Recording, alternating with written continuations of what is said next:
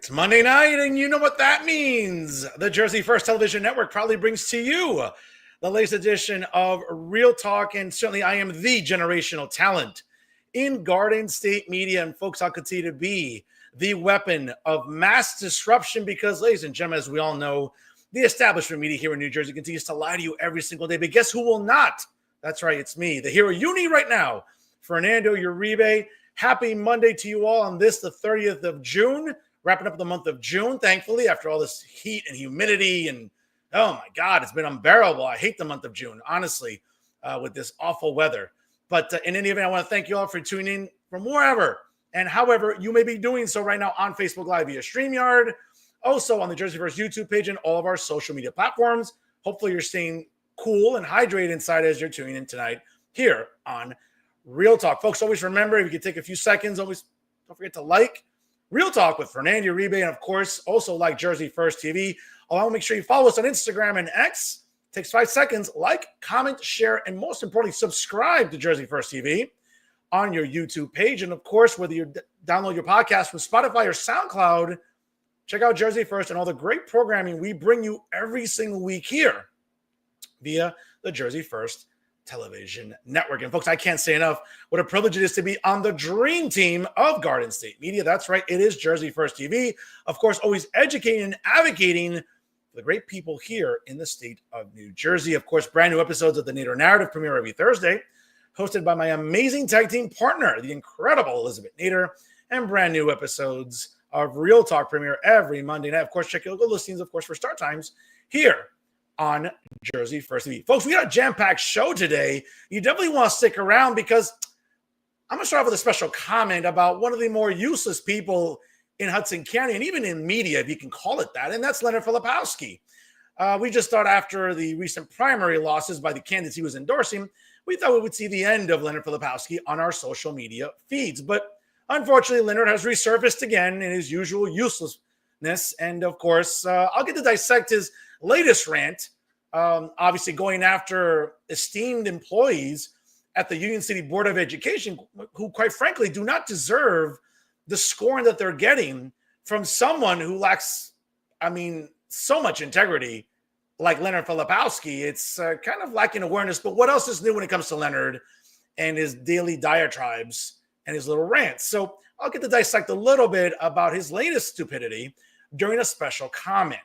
And from one useless individual to another useless, I want to tell you about Caleb Burrell, folks, here later on tonight during Final Thoughts. And this is a local activist who felt that having a hissy fit would get her somewhere. And certainly it did. And, we'll delve into that a little bit later. And just to give you some context here, John Hines and I were scheduled to host a candidate forum coming up on Thursday, July the 10th in downtown Jersey City at the 626 Lounge. Well, again, that wasn't up to Kayla's standards, and she made a point to reach out to John Hines via the Hudson County View, and of course, all the candidates. And folks, it's just further evidence that when it comes to the local social justice clowns and woke fools, if they make enough of a hissy fit, well, yeah, they'll eventually get their way. So, folks, again, if you need to, open the window, get some fresh air, because obviously you can smell the stink of cat piss on this picture alone. But more on Kayla later and the disservice she's doing during this election cycle during Final Thoughts. Someone might want to check up on Amy Wilson. She's probably hyperventilating as we speak. Folks, it is election season here in not just only the state of New Jersey, but throughout all 21 counties, but more specifically Hudson County. Obviously, we have all 80 state assembly seats up for grabs and a lot of interesting municipal races throughout the state of New Jersey. And here in Hudson County, as a matter of fact, we have 4 mayoral races in Guttenberg, Kearney, Hoboken, and of course, in Hudson County's largest city, Jersey City. I want to talk to someone who's considered the front runner in this race. He's former New Jersey governor, and again, a guy who's a regular on this program. He's my good friend, and obviously a guy that's been through a lot and really exemplifies redemption in every facet possible. Folks, he's my good friend and mayoral candidate. Jim McGreevey joins us live right now on Real Talk. Governor, how are you? Fernando, good to be with you. Good to see you, Governor. And obviously, it's summer months. The heat continues, but obviously, you're still knocking on doors, doing town halls. Exactly. Losing weight going door to door. I No, don't recommend it as a dietary restriction, but I guess it has its benefits. but Governor, again, man, you got to dress comfortably, man. Wear some shorts or a t-shirt, brother. I mean, I know you like to be nice and formal. I get it, Well, but man, it's hot. it's a combination of my father being a Marine Corps DI and having growing up in parochial schools. The white shirt. It's actually now, as my daughter says, it's a uniform, Dad. I get up in the morning and I don't have to think. Put on a pair of gray trousers, black shoes, and go to work. So it Fair makes enough. life a Fair lot enough. easier. Fair enough. But My sense of sartorial splendor is lacking appreciably. So. no, listen, it's the summer months. It's been a weird summer. There's a lot of rain, some cold Yeah. days, and now like almost triple digits. So, again, for everybody that's tuned in tonight, again, stay indoors, stay hydrated. We appreciate you tuning in here tonight to Real Talk. Governor, again, good to see you on here. The election cycle is heating up in Jersey City. Obviously, I don't have any polling that I can cite, but certainly endorsements are coming your way almost weekly. You've been fundraising really well, according to ELEC reports. But most importantly, I mean, there's a buzz within Jersey City about your candidacy. Tell us a little bit about, again, and you've been on the show multiple times. So obviously, when you first announced, I believe in 2023, Yeah. you were the first guest, really. I was your first interview You were the when you first announced. interview. So I appreciate doing that. But in the months since then, obviously, you've formulated a council ticket. We'll talk about them in a little bit. But right now, what are you hearing from residents as you're going door to door? What are the most pressing issues right now when it comes to this campaign? Well, it's a great question. There's some general issues, Fernando, but I also think there's some issues specific to certain neighborhoods, to certain wards, to certain communities that impact. I think the general issues I would say is affordability. I mean, Jersey City costs have gone way up, whether it's property taxes, whether it's rents, affordability generally. I mean, the ability of Jersey City folks, whether they're two generations, three generations to afford to stay in Jersey City. I think affordability is one. Second is enforceability, and that is, whether it's safe and clean streets, whether it's e-bikes, whether it's cars, traffic, the sense that with all of the construction, Fernando, with moving parts, the sense that things aren't as well controlled as they should be. The sense that, and I see this also, and I'm not just casting aspersions on young folk, but I see it when I'm walking door to door. In fact, as recently as this past weekend, with my friend Israel Neves. I mean, I saw a kid literally turn the corner on Danforth and nearly hit a young family. So the sense that whether it's speeding, whether it's traffic, whether it's enforceability on property maintenance, et cetera, enforceability is a large one, and that applies to policing, that applies to code enforcement, schools. I think schools is a big topic. And I think schools is one of those topics, Fernando, that impacts whether you're downtown in Eward or you're in Greenville, where my family's from, or right now I'm in Garrison Avenue, my home. So I think schools, the quality of education, I mean, that's a real issue. I mean, Yeah. I've talked to kids, in fact, young people this past weekend on Sunday, where literally during the entirety of a year, they had substitute teachers, substitute teachers, substitute teachers. They literally had an entire year of nothing but substitute teachers. Wow. Sometimes, Fernando, not three, four substitute teachers. Also concerned that, and I understand that, the world has moved towards technology, but sometimes in some of the lower primary grades, there are no books. Um, so I've talked to families, I've talked to mothers, I've talked to grandmothers where they want to go home and practice reading and work with their children or grandchildren. And I also see, problems on some of the test scores. I mean, and the test scores, I say this respectfully, they're not debatable. They are what they are. And I realize we shouldn't test to the test, but I mean, when 36% of the children in third grade can read, that means Yeah. literally 64% of the children cannot read at third grade reading Yeah. levels. And so the problem with that is you need reading for science and history and math and fourth grade and fifth grade and sixth grade. And so what happens to many of those children If they can't read it properly in third grade, all the best practices say bluntly, they fall further and further behind because reading is not only a subject, but it's a skill. It's a Yeah, skill we use for everything. And I can talk about phonics sure. and a number of areas that bluntly, I think we're going where people understand that particularly phonics was so important and that got tossed out the window about 30 years ago. But people are understanding how critically important it is for a child to be able to decode a letter so they can pronounce a word. Sure. So Absolutely. bringing, yeah. So bringing, Absolutely. And we'll get to education because obviously working in education myself, it's something that I could talk for hours about. I know, Definitely, and it's something that you've been an advocate, I yeah, mean, for understanding the importance of early childhood sure. education. No, absolutely. But some of Absolutely. these are like, I'd like to say, Fernando, these are the like the bread and butter issues. These are the nuts and bolts issues that I think Jersey City families want, God willing, a mayor who's going to be hands-on, who's going to be their advocate, who gives a darn about the things, whether it's affordability, whether it's safe and clean streets, with quality education. These are issues that that families Yeah, care about. I mean, you care about your kid's education. You care, God willing, that your kid can walk to school sure. um, without being threatened. You care Yeah. that you can afford to pay your taxes or pay your rent. So I say the guts, the bread and butter issues. Oh, absolutely. And let's dive into that because, again, Governor, I've said this before on this show, not just with you and other mayoral candidates. Listen, we live in a very, very polarizing political climate, but this is a local race, and I think it's about local issues. And listen, I'm the only journalist that calls out all the woke bullshit, and that has nothing to do with this race. It's about not pronouns, but parking, public safety, property taxes. Like again, like these are the issues that matter. I think on an everyday level. I'm the only one talking about this. Yeah, I Unlike mean, other, establishment media people that don't care about this stuff, or it just seems like they're kind of cherry picking issues that they think they should be talking about during a mayoral race, Governor. It's quite frustrating, I'm sure.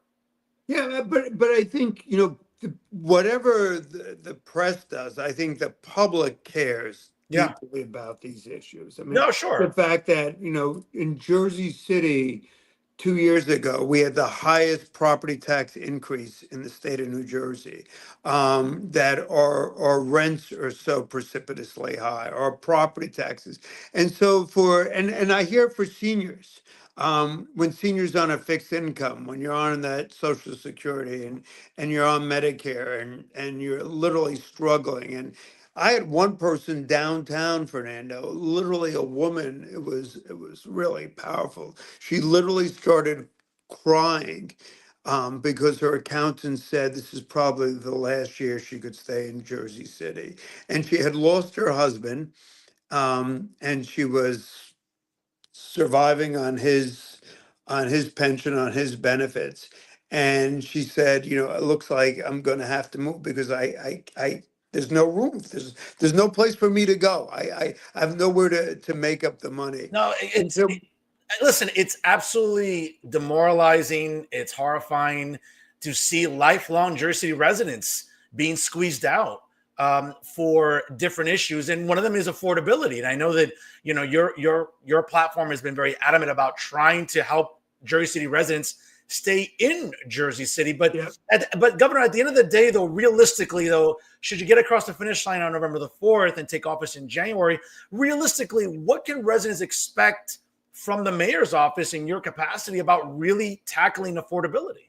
Well, like there are three different parts of that. One is on property taxes, and we all pay property taxes, whether it's through rent and or whether it's through property taxes directly. So one, I want to control how much we spend in Jersey City. I want to control what Jersey City spends money for. And I think there are many individuals that may be well-meaning, but I mean, part of this is we have to live within our means.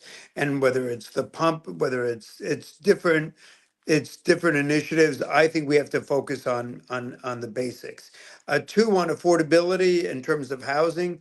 The two most expensive costs on housing, Fernando, is land and obviously the labor costs. And so that's why I want to work with our churches, with our temples, with our mosques to look at opportunities. And I want to look at distressed properties to look at how we can develop affordable housing, particularly senior affordable housing. And I think for me, that's a primary need because so many seniors, as I just shared the anecdote of the woman, like literally making a gut decision whether she stays or leaves. I think one of the real opportunities is working with the faith-based community as they have had in different, whether the Nehemiah housing in the Bronx or different religious-based development corporations to build senior housing so people can sell their home and move into quality senior housing. So I think it's controlling municipal expenditures. I think it's building affordable housing where you can, senior housing, workforce housing, and affordable housing. And there have been some good initiatives that have been done in other parts of the state. But then three, it's also, working to make sure our school board is effective but understands the financial realities of working families in Jersey City and not cost shifting an increased property tax burden on the backs of working families. Oh, fair enough, folks. If you're just joining live right now, it's 5:44 on the East Coast. My guest tonight, exclusively here on Real Talk, is Jersey City mayoral candidate and former New Jersey Governor Jim McGreevey here. Folks, drop a comment or question in the comment section. Again, it takes 5 seconds. Like, comment, share, and subscribe to Real Talk here on the Jersey First Television Network. Governor, just to sort of piggyback on what you were saying about affordability and housing, that seems to be a big issue again during this election cycle. We're seeing it at the gubernatorial level, obviously, about what is affordable housing, where can we set it up. Obviously, that seems to be under a lot of scrutiny. But in Hudson County, especially, specifically Jersey City, it's so densely populated. Some would say that maybe for the last 12 years, the current mayor has let developers run wild in Jersey City. And when you're driving down Journal Square, it looks like Gotham City. It doesn't look like Journal Square, but maybe I'm wrong, Governor.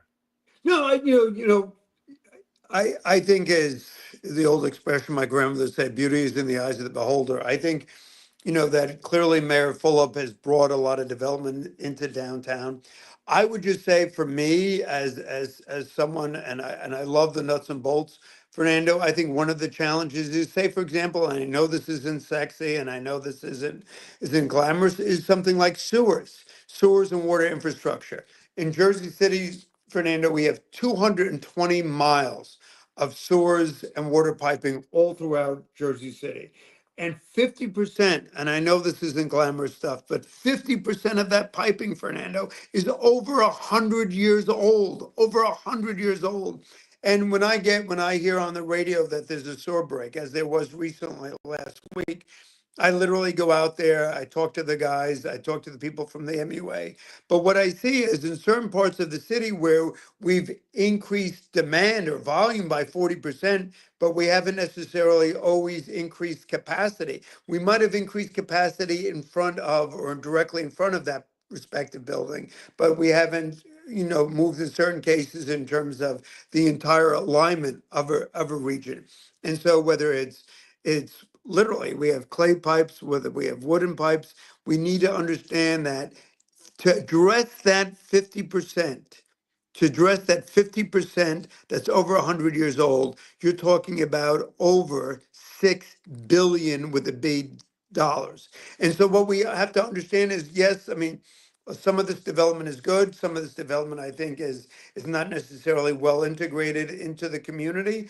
But I mean, my challenge is, God willing, as mayor, is to make sure at the end of the day, when Mrs. Uribe or Jacqueline McGreevey flushes the toilet or turns on the faucet, that water's coming out of that faucet or that toilet is flushing, because we've seen what's happened in other cities, in neighboring city Newark, when you had lead pipe problems, and literally people weren't able to drink from the water. Now we have a different problem in Jersey City, admittedly, but when you have the amount of development and you don't have necessarily the reconstruction of piping, that's a problem. The other point is we have an environmental problem because we're under a federal consent order. And so when it rains and rains and rains, and a lot of places downtown, you don't have the open surface grass so that there's an absorption. What happens is rainwater and sewage water are discharged into the Hudson River, which clearly we don't want to do. I mean, I can make an argument for the embankment and why that's so important in so, environmental areas to literally hold on to that water. But for me, it's just, Fernando, it's working on making sure people's quality of lives work. And I know so much of this is, I mean, except for education, which I'm like neurotically passionate about, because it's not taking care of Fernando, it's not taking care of Jim, but it's what we do for the next generation. Yeah. I mean, making sure that I was with a group of high schoolers this past Sunday talking about the percentage of children that are candidly illiterate. I mean, kids that get socially promoted, into middle school, into high school. I mean, we've got so much work to do there. Sure. But on the nuts and bolts, on something like development, it's making sure we have adequate sidewalks that are safe and secure. We have streets that are well striped. We have streets that have ample lighting, that we have sewers that have capacity. So at the end of the day, and then, this sounds, to me, it's important, but it's public safety. Yeah. At the end of the day, we have to make sure whether it's children crossing across the street, which, and I know not everybody's going to be wild about this, I would support cameras in close proximity to schools so that, that Yeah. people, at least in the beginning, at least in the beginning for cameras to identify where there are trouble intersections. So when we see person flying through again and again and again, Fernando, in close proximity to a school, and then we red camera those so that we identify trouble spots, and then we put a black and white, then we put a patrol officer there to make sure that they're monitored. But at a beginning, also, I would support as a pilot program in terms of, getting permission from the state legislature and from the next governor to have a ticketing program in close proximity to schools. We have to keep our children safe. And so respectfully, I mean, this to me is a cardinal rule. We have to keep our children safe. I think red cameras has been done in New York State and many other states. Try a pilot program in Jersey City in close proximity to schools. So in all of this, for me, it's doing the basics well, and God willing, being accountable to the voters, to the families, to anyone in Jersey City, so that they have a concern of Jersey City, somebody's responsive. And the last thing I'll say is on affordability, it's making sure that landlords are doing what they should be doing. I was just visiting an elderly woman. Her daughter calls me up. She's 83 years of age. She's in a building on the boulevard. She's been there for a number of years. The owner of the building department, ironically, gets a loan from Housing Mortgage and Finance Agency, HMFA, to upgrade the apartments. Now, ironically, they're taking money from the state of New Jersey, which I'm sure is well intended. They're telling this woman she has to leave for a month. They're going to upgrade her apartment. I was in her apartment, which bluntly doesn't need upgrading. It's lovely. And then most probably they're going to raise her rent. And then they say to her that although the rent can be no more than 30% of her income.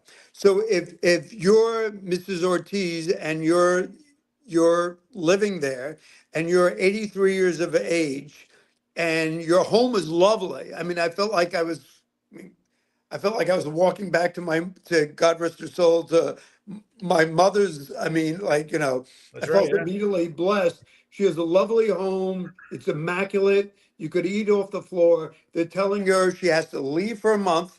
They're going to upgrade her home, and then her rent's going to go up, and then she has to pay a full one third. It's just like protecting those individuals that are vulnerable, Fernando, from being I don't want from being wrongly Targeted.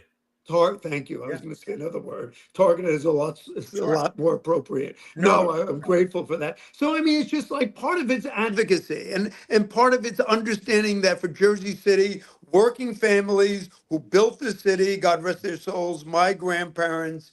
My parents who raised, Jersey City, it can't be just about, the, you know, the upper bracket. It has to be Sure. for about the people who bluntly Sure. came to the city with a better way of life and wanted to build the city. Governor, it's interesting because that sort of helps me segue into the next topic I had in mind was sort of like I guess the different Jersey cities. Because, for example, I frequent Jersey City a lot. Obviously I love nightlife there. And a quick point, I know you mentioned before about a potential Mrs. Uribe. I'm far from that. I'm living a very nice bachelor life. I got no desire to have a Mrs. Uribe anytime soon, but maybe someday. I don't know. But bachelor life treat me pretty well, I got to say. But let me just say this, because whether it's in downtown Pedestrian Plaza or the Heights or on the West Side, it's a very different feel. I mean, obviously, I think that residents are looking at public safety as a very big issue in this race. Is it just hiring more cops? Is it trying to work, trying to incorporate social workers? We've seen that police officers in Jersey City have been under a lot of scrutiny, obviously, in the last few years. Body cam footage has not always cast them in a very positive light. First of all, it's a really tough job. Hats off to the men and women in blue in Jersey City. They have a really tough job. Please stay safe out there. But they've come under a lot of scrutiny in recent years. So what's the formula you think that's going to work, though, Governor? Is it just hiring more cops? Is it more training? Is it de-escalation? What do we need for a more efficient Jersey City PD? Well, great question. And I mean, so much of it is everything you said. And um, so for me, it's one, having training, training, training. Training is so critically important. And I'm proud of the fact when I was Woodbridge mayor, we were among the first municipalities in the state to be nationally accredited. I want Jersey City to be a nationally accredited police department. My grandfather was JCPD, my uncle, my cousin. I mean, it was the gold standard of policing. And one, it's also not only having accreditation, but bluntly having the right leader as director of the police department. But I think it's a number of things. It's community policing. I think what's critically important is to have police who police that are from Jersey City, who are on the beat. And I think it's important to have people from the community. And to be fair, I think there have been many more people from the community, but they've got to be on the beat. We've got to do public community policing. I think is so critically important. I think we've got to work with all of the partners within the community, but to understand there's a role of policing, we've got to work with federal authorities. We've got to work with understanding the importance of drug interdiction. We've got to understand the importance of gang violence. But we also have to understand that when a young man or woman, what I do every day of my life, comes back from prison, comes back from addiction treatment, the importance of getting them into treatment, getting them into schooling, trying to help them with a second chance. So it's understanding that on one level, it's about sound policing and sound best practices, training, training, training. On the other hand, it's understanding that when people come home, it's giving them real opportunities. You just can't say, here's your ID card, good luck and God bless. It's putting them through training programs. I've seen the transformation. I mean, what we do at a reentry training center, whether it's women, we have the only nationally accredited phlebotomy program for court-involved women that are taking blood. We've got guys right now taking HVAC, pre-apprenticeship welding, pre-apprenticeship carpentry, pre-apprenticeship electrical. So on all of these programs, I mean, it's going back to vocational education. And you and I talked about this a little bit earlier. But it's understanding that vocational education is critically important. And this is one of my challenges with the school board, Fernando, is that the school board has to be teaching those skills that are necessary for our young people to survive, whether it's early childhood reading, early child literacy, whether it's math, whether it's reading, basics, whether it's graduation scores, we're below the statewide average, whether it's absenteeism, we have to make sure that kids get into schools. But on the other hand, it's also what we offer in schools. Vocational education has to be part of it. I went down to North Carolina, a tremendous program that's supported by the governor's office, that's supported by counties, that's supported by schools. And I see young people doing a lot of the programs we're doing, but they work with the private sector where they almost automatically have employment upon graduation. So it's understanding creating a pipeline from their home through middle school, through high school, to employment, so they have this opportunity. We have to understand, I mean, there are very few young men and women that want to join a gang out of a sense of wanting to join a gang. But if they don't have that support, if they don't have the family support, if they don't have the community support, if they don't see the prospect, bluntly, I've talked to young guys who figure, look at, I'm going to be dead by the time I'm 25, let alone 35.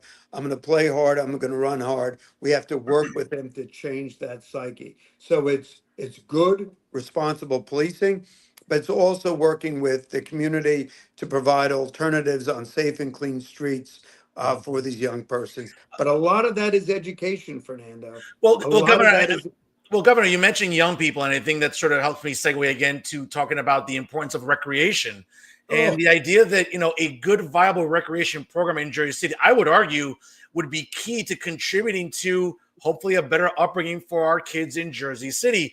Every candidate seems to be talking about recreation, but I know we've talked before on this program where you have a certain vision about what a Jersey City recreation department would look like.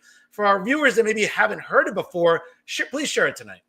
so recreation is everything. And one of the things that I'm frustrated about is my father told me when he grew up in Jersey City, there was the Police Athletic League, there was CYO, the schools were open. My father went to Ferris. The schools were open to play basketball. You had recreation. And now, bluntly, you don't have that much. The city doesn't offer as many programs. I mean, the city does such a great job on culture and the arts, but on recreation, the city struggles, I think. My vision is one is volunteers, volunteers, volunteers. You need a professional staff, critically important, but volunteers. My friend Russ runs the Jersey City Soccer Association. Those parents are out there, they're doing God's work, they're involving kids from all over the city. First thing is, I'd like to create a Jersey City Youth Recreation Council of volunteers. And then, secondly, we have to increase the number of fields, and they have to be quality fields. I mean, whether baseball fields that I've walked in where the ruts are almost up to my knee and I see little Yeah. kids running through rainwater, Yeah, it's or terrible. there are fields that are a mess. We have to increase fields, and we have to have world-class fields. I mean, you've got FIFA coming in here next year, world-class soccer, and you've got a great field down. You actually do have a great field down at Chapel, which is ironically owned by the school system. But we have to. There's nothing more effective on the return for the dollar than fields, than the sports fields, especially when you have parents and dedicated youth involved in that. So one is Youth Recreation Council. Two is obviously increasing the number of fields. And people say where? I'm like every piece of federal land, every piece of state land, every piece of Jersey City land that isn't targeted, God willing, for a school or for identified, I would like to look at the possibility of fields. And it can be under a ramp, it can be under a designation, but we have to increase the number of recreational opportunities. Three, I want to look at the requirements of banks to provide for municipal reinvestment, and particularly look at the possibility of recreational centers. When I was mayor of Woodbridge, we created something called the Woodbridge Recreational Center.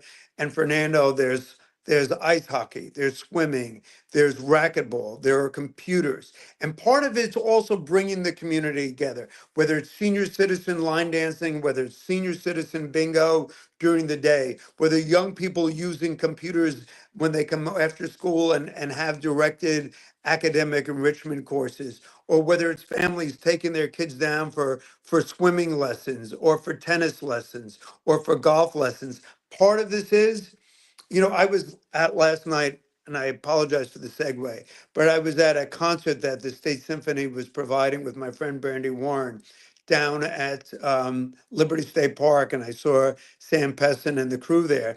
But it was a wonderful, they were playing Duke Ellington, jazz, Mozart, etc. But I mean, the audience didn't reflect Jersey City. So for me, what's critically important is that we provide recreation where people are at, where our families are at. So whether that's Greenville, Lafayette, whether that's in the Heights, whether it's downtown, whether it's McGinley, my commitment is to move aggressively on recreation. You know, we have a right as adults to complain about what kids are doing, Yeah. but like when I was a kid, my father would say, you know, get out of this house and don't come back until the street lights are on. Yeah. And Yeah. I would come back. Today, you can't, that's not responsible for a parent to do. So, all Sure. right. So where is that child? Not child. Where's that young adult going? Where's that young man, that young woman going? And you know, I remember a point in my life you'd go down to the mall. Well, you can't afford a darn thing. So we Yeah. need recreation. We need healthy, wholesome places where young people are going to congregate, where they make connections with veterans. They make connections with older people. They understand that just because you're over 55, you're not a dinosaur. Or as my daughter would say, Dad, you're positively medieval. Yeah. But I just like it's about Yeah. building community. Sure. And so I think there's that great quote from Winston Churchill, we make a living by what we get, we make a life by what we give. We're Yeah. only as good as what we give to our children and what we do for them, Fernando. So for me, and I really appreciate you bringing this up, recreation is key. Recreation, I want to be the guy, and I've said this, I want to be the guy who focuses as much on recreation in schools as God willing, as Mayor Fulop focused upon development within Yeah. Jersey City. All right. Because I think there's been a lot of good things, but I want to sort of backfill into building a sense of community, building a sense of accountability, building a sense to strengthen our kids, to take care of our seniors, and to say to families, hey, this is your home. You've got to stay here. We need you here to keep the glue, to keep the fabric. And we're going to keep the water running. We're going to keep the sewer working, and we're going to stripe the city, and we're going to make sure we have a safer, healthier city. Governor, I would be remiss if I didn't mention this. Obviously, I know it's a local race, but some of the candidates in the field have felt the need to take some shots at you. And obviously, we all know that last week in New York City, obviously the Democrat Party elected a socialist to be their nominee for mayor. And certainly, one of the candidates in the field in Jersey City didn't waste any time in sort of taking shots or trying to draw a comparison to a former governor running for mayor in New York, and that campaign not doing well, to saying that you might just be a mirror image. Do you wish to address that sort of Yeah, Fernando, like, allegation? Fernando, the way I addressed it was talking about issues that count for Jersey City families. Like at the end of the day, people aren't electing a political commentator. I mean, like, God, you can turn on every darn television station, every radio station, and but people want in Jersey City, they want a mayor. They want somebody who's going to make the schools work, improve the quality of literacy, of math and science. They're going to want, to your point, somebody who's going to make sure that there's recreational resources. They're going to want to make sure they have a public safety system that works. They're going to want more affordable housing. And so, what I think is both because of what I've done for the last 10 years with the reentry, people coming out of prison and addiction and our veterans, which are incidentally the hardest cases because of the combat trauma that they've suffered while they wore our nation's uniform. And I can go on and on about that, Fernando, on another show. It's just really tough. These veterans cases, you could cry. These No, are guys, these are guys who put them in harm's way serving our country, and because of a decision they might have made, they're discharged without any benefits. But I'll leave that aside. I sure, mean, I've learned what works and doesn't work in government. And God willing, what we do in reentry is we provide quality services on housing, on mental health, on addiction, on medical. We get people their benefits, their SNAP, their GA, and we help to get them training and employment. I think those have been valuable lessons, but God willing, also my experience in Trenton as a mayor. I mean, a lot of the issues that you said that we talked about, I mean, look at the issues we've talked about. We've talked about public safety. We've talked about, infrastructure. We've talked about schools. We've talked about the importance of not only safe and clean streets, but providing recreation to children and to families. Those are all like nuts and bolts issues Sure. that are hands on. And so I leave that. I mean, you know, maybe if I were smarter, I'd be a commentator, but I'm not. I love being on the ground. I love getting stuff done. And last time somebody came from reentry, But again, Governor, the reason I mention it is because again, one of the candidates in the field was trying to literally draw a parallel between you and Governor Cuomo out of New York in last week's New yeah, York City primary race, and one of the candidates in the field was basically saying, "Okay, I think we lost the governor there. Hopefully, we get the governor back." Okay, Governor, if you're still with us, hopefully you can get back in here. Okay, folks, it's 6:11 here on the East Coast. We apologize. Okay, Governor, you're still there? yeah, so I Okay. apologize. No, the reason I bring it up is because, again, one of the candidates in the field was Yeah, very so my adamant point is about. like, I look at if somebody wants to talk about a Jersey City issue, I'm right there. Sure. Somebody wants to talk about Jersey City property taxes, Jersey City rents, Jersey City schools, Jersey City sewers, Jersey City streets, Jersey City recreation, I'm all game. But like talking about the price of wheat in China or talking about XYZ. I mean, that's not what this is election Well, about. This election is about again, Governor, the reason I'm mentioning is because it's a local race, right? So even though it's a nonpartisan race, obviously, I think it's fair to say that everybody running in the field in Jersey City are all Democrats. And again, it's a local nonpartisan race, but you have some progressives in the field, you have some centrists in the field, which I would say you fit under that umbrella. You have some newcomers, currently, a police officer running for mayor, obviously, who's going to be on the ballot. You have a former Board of Ed president. Obviously, you have people running for mayor in Jersey City with very different backgrounds. But at the end of the day, it seems like it shouldn't be under the Democrat Party umbrella. But is it? well, I mean, for me, I mean, I think whether you're a Democrat as I am or Republican, I mean, I think that shapes your views.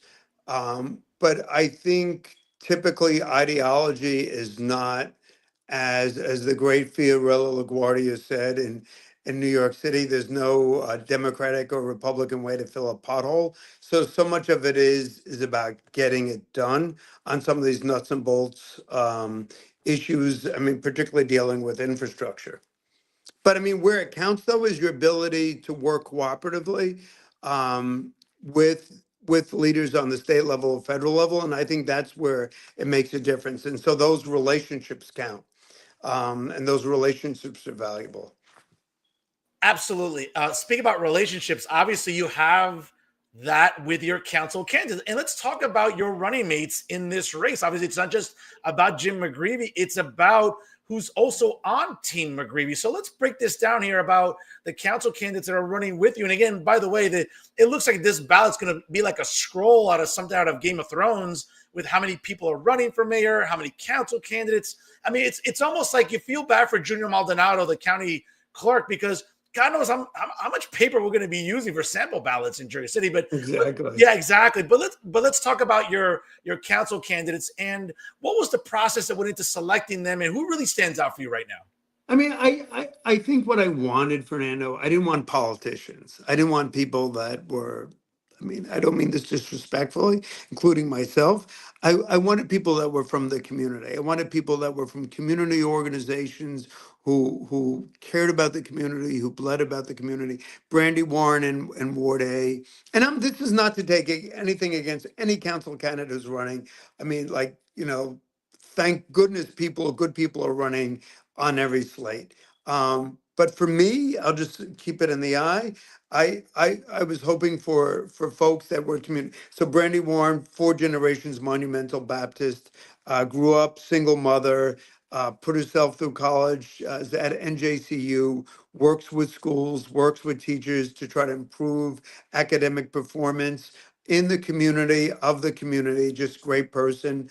Efren Padilla Orleans, Effens and B, very much involved with Our Lady of Mount Carmel, certain Catholic churches, helps to run a food pantry, and just gives incredibly of his time. We also have, we also have Rich Bogiano. We have the great Catherine Healy, Rich, police officer, United States Marine Corps, dedicated councilman. Rich is the only person who has been on the council. Catherine Healy, former prosecutor, Hudson County, daughter of the great Mayor Jeremiah Healy. She has her own children. She's really involved in Little League. Um, and she's just like, she's got great determination, great guts. Um, Also, Ryan Baylock, downtown in Ward E. Ryan is a teacher and athletic director at Kips Academy, just had a baby boy. He's just all around good guy, passionate, cares about recreation. You know what we do on we have these Saturday morning meetings. We spend 25 minutes talking about recreation. And an F, my dear friend Gloria Walton, who is like, for me, God bless her. She was a DIFUS worker. She runs a program originally solely for women coming back from prison, and now men and women, providing residential housing, changing their lives, working diligently. She literally, Fernando, lives with the woman when they came home. Like I don't I I know a lot of really good people.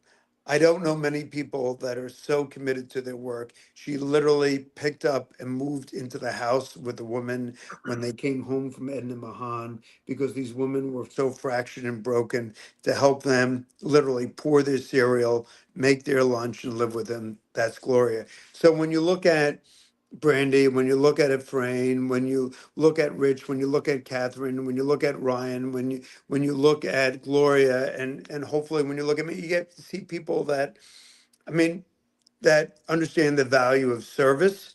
We're all sort of working class. None of us are fancy. None of us, came from, means. We're all working class stiffs, who understand Jersey City, who understands like the house I'm in right now on 25 Garrison. It's just, modest. Sure. And as my father, somebody once said to my father, Jim is pretty humble. And my father said, he's got a lot to be humble about. Thanks, Dad. But I mean, Sure. it's just like, but I think that's important, because the folks that were here, I think, really feel and hear the challenges of paying the bills, playing by the rules, and trying to make life better for their family. And God willing, Fernando, for all of Jersey City's families. Governor, obviously, after his failed gubernatorial bid just a couple weeks ago, there are some whispers that perhaps the current mayor might still want to seek a fourth term. He did come out publicly and say he would not do that, which is why he ran for governor. Are you hearing those same whispers? And does that do anything to your strategy in the sense of how you approach your campaign? I mean, you know, 3 terms is a long time. I mean, 3 terms is 12 years. And so, I respect what the mayor has done. I thought he fought a really good, hard fought race for governor. Um, so it's just, I mean, the mayor will make whatever personal decision he makes, what's ever good for him, for his career, for his family, and that's his decision. Um, and so that I respect that decision. But for us and for our team, I think it's just talking about those issues of change that people in Jersey City want. I think I like to get in the weeds. I mean, some of our folks say, Jim, you're too much in the weeds on, like, when I put out a position paper, they're like, can we have McGreevey light? But I want to do fewer things well, Okay. and fewer things well that make a difference. Like if I can get up 4 recreation centers, if I can improve, continue to work towards improving public safety, if we can look forward to building new schools, if we can look forward to building affordable senior housing and workforce housing, and put those points on the board, that's what will count for me. So for me, my strategy, no, the strategy is, I always say, Fernando, I can barely influence my daughters, let alone anybody else Sure. in the world. Sure, Um, sure. and, and like, No, fair enough. and I'm better on my older daughter than Jacqueline. Sure. But she's actually leaving to go to London, and she said, "Dad, you encouraged me." Yeah, I thought it was a great idea until it happened. Um, so I just try to just work on what I think is right, work on what I think Jersey City families need, work in my heart and soul what I think is important for them, and then you just let it go. Governor, obviously, from a guy who didn't have a good primary night 2 weeks ago to a guy who did, and that is one of your biggest advocates, and that's Union City Mayor and State Senator Brian Stack, who arguably had the best night, along with the Hudson County Democrat organization just 2 weeks ago. Obviously, his entire assembly slate in the 33rd legislative district came out victorious. The 31st legislative district came out victorious, and certainly Jimmy Davis, the current mayor of Bayonne, is now all but certain to be the next county sheriff. Certainly, having someone like Mayor and State Senator Stack, and also, again, not to exclude him, but certainly the county executive and the chairman of the Hudson County Democrat Party, Craig Guy, I think it's fair to say that having those two allies certainly strengthens, I would say going into November 4th, you as the front runner. Is that fair to say? Well, let me just say this. I mean, most importantly, Brian's a dear friend. I mean, Brian is like, you know, my top friends in the world. So, I mean, whether he was the mayor or whether he was a chef or whether he was vice president or president of Chase Manhattan, I mean, most importantly, he's a friend, and I'm blessed by his friendship and blessed by Mercedes' friendship. And Yeah. I, someday when we're not, I'll say, like one day I should, but Brian is just a dear beloved friend. But like, why Brian does so well, he gives a darn. Like, he's like, I say I'm like Stack Light. Brian is like an indefatigable worker for Union City, and Yeah. he just doesn't stop, and he's committed. But part of that is his mom, his dad, Yeah. how he was raised. I mean, Palisades. I mean, who he was, how he learned. And going back to the Musto years. So for Brian, it's service is who and what he is.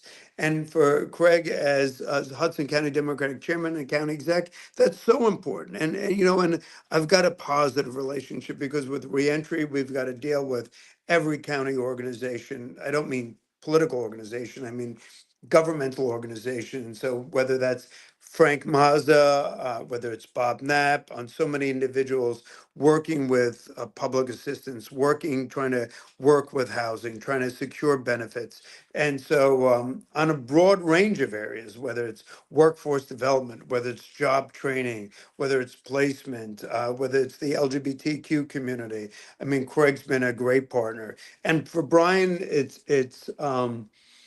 Brian, to me, he's the best mayor in the state of New Jersey. I mean, there's like, Listen, Governor, I won't disagree. I mean, listen, I'm one of his constituents, and for a mayor that has worked hard to keep property taxes down and reasonable, for a guy that is a fighter in Trenton that brings back dollars to his legislative district, I say it all the time. No one gets to vote out better than Brian Stack. Nobody worked harder for his constituents than Brian Stack. And I would argue that when you're looking at a prototype or the standard when it comes to governing, I mean, you said it perfectly. There isn't a better mayor in the state of New Jersey than Brian Stack, who, again, I don't think he sleeps. And he is still listen, he is attentive, he's assertive, and he's also responsive, which I think is yes. what you need in a city. And Fernando, just, and you see the difference because people understand that Union City government works and works well. Correct. When Brian he does these little pop-ups. He literally takes a chair, has a table. Um, Brian is almost as tight as I am. No tablecloth, and he's got a pad, and he's got and a pen. And Mrs. So and So comes and talks about the three kids. I'll give you an example, and I won't mention her name. When I had the pleasure of working for JSEP, we had an employee who lived in Union City. Her son was beat up by these other kids. And so, for whatever reason, I called up the mayor and I said, Mayor Brian so and so. She had her son. He was walking home, whatever. And she said to me, she said, Jim, like it was a day later, if a day later, Mayor Stack was at her door. She said she nearly like fainted. Like, what is Mayor? She started worrying about like how straightened out her house was. And she said, like, he came by and, he was asking about whatever. And then he put a police officer on, and the police officer talked to some of these kids that were roughhousing her son. But it's like, it's a family, right? You have to give a darn. You have to care. And so, like, Brian cares. And he cares that a kid is behaving. He cares that that kid grows up and lives responsibly and has opportunities, but also plays by the rules.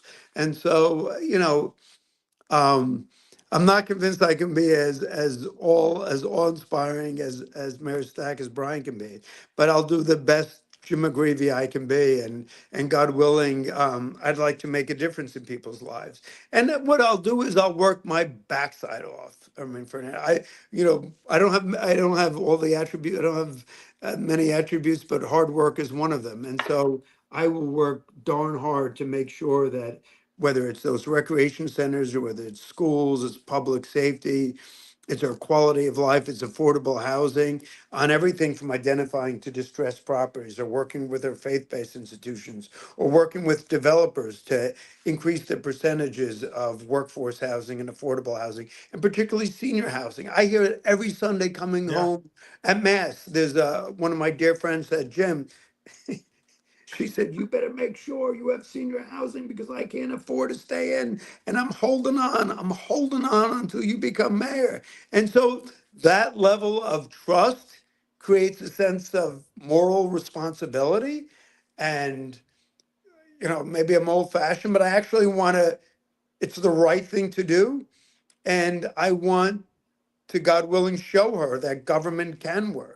And so for so many people in Jersey City that lost trust, and it's not like, whether you like Jim McGreevey or don't like Jim McGreevey, God willing, at the end of the day, it's whether you're convinced that I can get something done. And all the other folks in the race, I mean, we all have our strengths, and I believe they care about Jersey City, but hopefully, my ability to get things done, my work ethic, will demonstrate to Jersey City that if people have confidence in me on election day, um, I always say the most fun is campaigning. The hardest work is governing. And that's where I'll be. And I commit to work my backside off for folks. Listen, I can certainly hear that in your voice, Governor, how dedicated you are to this campaign. Again, folks, time does fly. It's exactly 6:30. I think the governor has to get going any minute now. So I appreciate his time here as we're We about take to off wrap the up here. tie. As we're about to wrap up, Governor. But let me just ask you this as well. Certainly, we know that one word that maybe isn't easy to address in Jersey City, especially with development, with the fact that it's become such a popular destination for people to move to. But the parking situation in Jersey City continues to be quite the quagmire.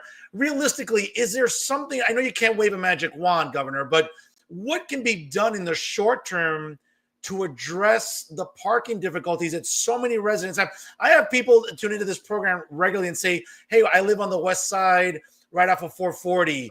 I live in the Heights. I live in downtown. And listen, I'm someone that's always blessed to find parking anywhere I go, but that's not the case for Oh, residents. Is there a short-term solution yeah, to such a Fernando, complicated problem? yeah, and let me just say, this is an important question for just 30 seconds. I mean, like I come home every night and I'm right now sitting in 25 Garrison Avenue and I will go down Stuyvesant and I will come back up and I will go around to Corbin and eventually sometimes I have to park down by the old cemetery, Holy Name Cemetery on West Side. But so you're looking for places to park. I think not every part of the city is the same. And so I think what's critically important is that particularly where we have special improvement districts, commercial districts, that we have to provide an element of parking. So I think that having a parking authority that provides for parking so that people can go to the commercial district is viable. And at the same time, it would provide parking after the work hours for the local residential community. And so I hear that and I respect what you're saying. I mean, I was in meetings today where people literally have the choice between parking illegally or just riding around aimlessly. And so we have to have an honest conversation about parking. Not that we're creating a multitude, a plethora of parking, but we have to have parking strategically, particularly in proximity to our commercial districts, particularly whether it's, and commercial districts aren't just SIDS, but we have, whether it's Palisades, whether it's Central, I think in the Heights, in terms of Ward B and Ward A. So, I mean, parking is a critical issue. The other thing is, and you're going to think this is a little crazy, I think we should bring back the permit parking. I mean, we used to have permit parking here, and so that I could see if somebody's parked in front of my house and they don't have a permit parking for this zone or any permit parking for anywhere in Jersey City. And so what happens is now, because we don't have permit parking, theoretically, somebody's supposed to go around with a zap machine that says whether the car is registered and whether or not they have a permit parking. I think there's a great advantage to having a sticker, both to prevent, this is more of a downtown Ward E issue, people cutting through all of the time. Coles, I mean, it's like a disaster, particularly on Sunday nights. People cutting through to get through downtown Jersey City to get to the tunnel. The only way you're going to stop that is if you have a visual means of identification if you're a Jersey City resident, permit parking, and as well as to identify people where they have permit parking when they park at night so that we have enforcement. But lastly is also bluntly to provide for more parking opportunities, particularly proximate to our business community. Well said there, Governor. I again, just another question before I have to let you go. But we look at Jersey City through the lens of its multiculturalism, its diversity. What can you tell us tonight about moving forward within the city itself when it comes to additional diversity within the city itself? Should you win on November the 4th and take office, obviously coming up in January, what additional measures would you like to see implemented in your administration? And I know, listen, I know that DEI is a very polarizing word these days, but when it comes to something like diversity, equity and inclusion, is that something that really is needed in Jersey City, or is that just like we'll see what happens in the sense of what needs to be addressed first? Like, for example, the issues we talked about, but is that something that maybe is also on the horizon? Well, I mean, for me, it's Fernando. It's for me, it's finding the best people, and it's finding the best people in terms of government, but also Correct. understanding the importance of having the best people from Jersey City. I mean, one of the things that, bluntly, I mean, when you look at the school administration, when you look at the highest paying members of the school administration, I mean, like, the percentage is overwhelming outside of Jersey City. Yeah, yeah. And so, you know, for me, it makes a difference. For me, it makes a difference to have folks from Jersey City, folks that represent the Jersey City community, folks that represent the constituencies of Jersey City. Um, so that is important. It's an important, not for me in a check the box way, but it's important for me as a matter of integrity, as a matter of virtue, because I mean, sounds like a crazy, I can't believe I'm discussing this, but like, so I happen to be Catholic, and I remember my family was from the north of Ireland, and my grandfather was a Jersey City police officer. And I remember when going over to the north of Ireland and my father telling me that every member of the Royal Ulster Constables, part of the British Army in the Northern Ireland, there were no Catholics. They were all, Protestants, British, etc. And that the Catholic minority felt put upon. They felt that, they felt a lack of fairness, a lack of trust. So, I mean, in terms of, so that shaped me, that shaped who I am. Um, And so, in the sense that I want an administration that's of Jersey City, that's from Jersey City, that's included Jersey City, the most important thing I want is trust, Fernando. And I think you get trust if everybody acts or looks like X. Um, I don't think I trust it.